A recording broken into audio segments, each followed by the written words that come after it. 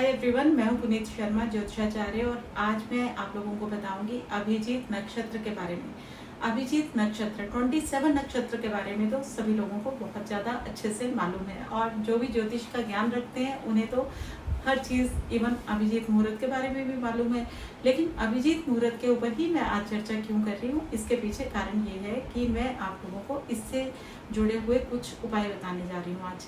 तो माइथोलॉजी में और वैदिक काल से महाभारत काल तक हम लोग, हमारे ऋषि मुनि सिर्फ नक्षत्रों का प्रयोग करते थे किसी भी गणना के लिए, कोई भी आंकलन करने के लिए, चाहे वो युद्ध के बारे में हो, चाहे वो विवाह के बारे में हो, या कोई भी आपको विद्या अध्ययन करने के लिए निकलना है या शस्त्र अध्ययन के लिए आपको निकलना है, तो सभी चीज़ों के लिए नक्षत्रों को बहुत ज़्यादा इम्पोर्टेंस दी जाती थी। राशियों का जो एक ज्ञान था या राशियों के बारे में जो उनकी अपनी जितने भी रिसर्च वर्क थे वो बाद में उन्होंने आहिस्ता आहिस्ता हम लोगों के लिए किए और हम लोगों तक ये ज्ञान प्रेषित किया। आप लोगों को मैं जो बताऊंगी वो है अभिजीत मुहूर्त के बारे में और अभिजीत नक्षत्र के बारे में, जो कि एक ही चीज़ है। अगर हम अपनी महाभारत काल की एक कथा के बारे में आप लोगों को से मैं चर्चा करूं तो आपको समझ आ जाएगा कि ये मुहूर्त अपने आप में इतना पावरफुल और इतना महत्वपूर्ण है कि भगवान श्री कृष्ण को भी लीला रचनी पड़ी थी। तो महाभारत काल के बारे में सभी को मालूम है कि राजा पांडु जो थे उनकी दो पत्नियां कुंती और माद्री थी।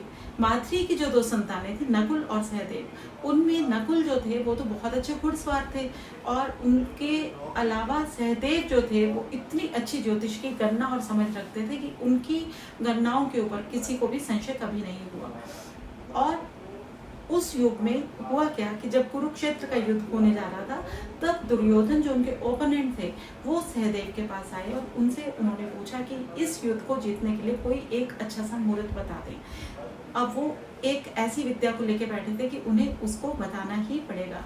तो उन्होंने उन्हें अभिजीत मुहूर्त के बारे में बताया और उन्हें वो समय निकाल के दे दिया। अब श्री कृष्ण जी को लीला रचनी पड़ी कि अब वो क्या करें। उन्होंने बादलों की छाया करके उस मुहूर्त को ढक दिया, जिससे कि दुर्योधन झांसे में आ गए। और आपके सामने है सारी कहानी, आप सब लोग जानते हैं महाभारत के बारे में कि क्या हुआ था।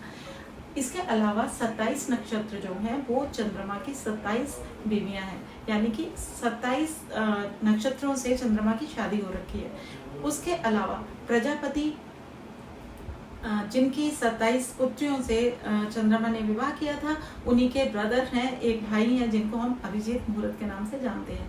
उत्तराषाढ़ा और श्रवणा नक्षत्र के बीच में अभिजीत मुहूर्त को स्थान मिला हुआ है।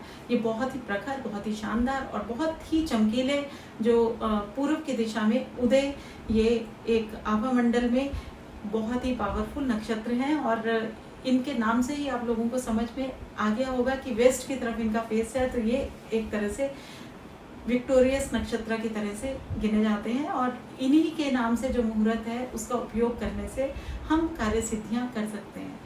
इनका उपयोग आप किस तरह से अपने जीवन में करेंगे और किस तरह से इनसे लाभान्वित हो पाएंगे उसके बारे में आज मैं आप लोगों को बताऊंगी। अभिजीत मुहूर्त पूरे ही सूर्य उदय से अगले सूर्योदय के बीच में 12 बजे के करीब मध्याह्न में और रात्रि में 12 बजे से 24 मिनट पहले और 24 मिनट अंत तक 12 बजे के बाद तक ये मुहूर्त रहता है और ऐसा ही रात में होता है। इस मुहूर्त का उपयोग आप बुधवार को छोड़ के बाकी के सभी दिन कर सकते हैं। कोई भी महत्वपूर्ण कार्य है, कोई भी ऐसा कार्य है जो आपका कभी भी संपूर्ण हो ही नहीं पाता या जिसमें आपको सफलताएं नहीं मिलती हैं, आप उन कार्यों के बारे में इस समय में जो भी शुरुआत करेंगे, जो भी चीज़ें मैनिफेस्ट करने की कोशिश करेंगे, जो भी उपाय करेंगे और इनकी शुरुआत अगर इस मुहूर्त के अंदर करेंगे तो संपूर्ण होंगी ही होंगी। आप अपने घर में नया लॉकर स्थापित करते हैं, उसमें जब आप धन संचय का दिन शुरुआत करते हैं तो इस मुहूर्त पे कीजिए। इसके अलावा अगर आप चाहते हैं कि आपके सभी कार्य बने तो आप इस दिन, इस मुहूर्त के समय में शनिवार के दिन जितने भी गरीब लोग हैं इनको पूरी भाजी खिलाने का एक प्रण लें और 11 शनिवार तक अभिजीत मुहूर्त में ही ये डिस्ट्रीब्यूशन करें। आप देखेंगे कि आपके घर में जितने भी अभाव हैं, जितनी भी समस्याएं हैं, अपने आप से छूमंतर हो गई हैं।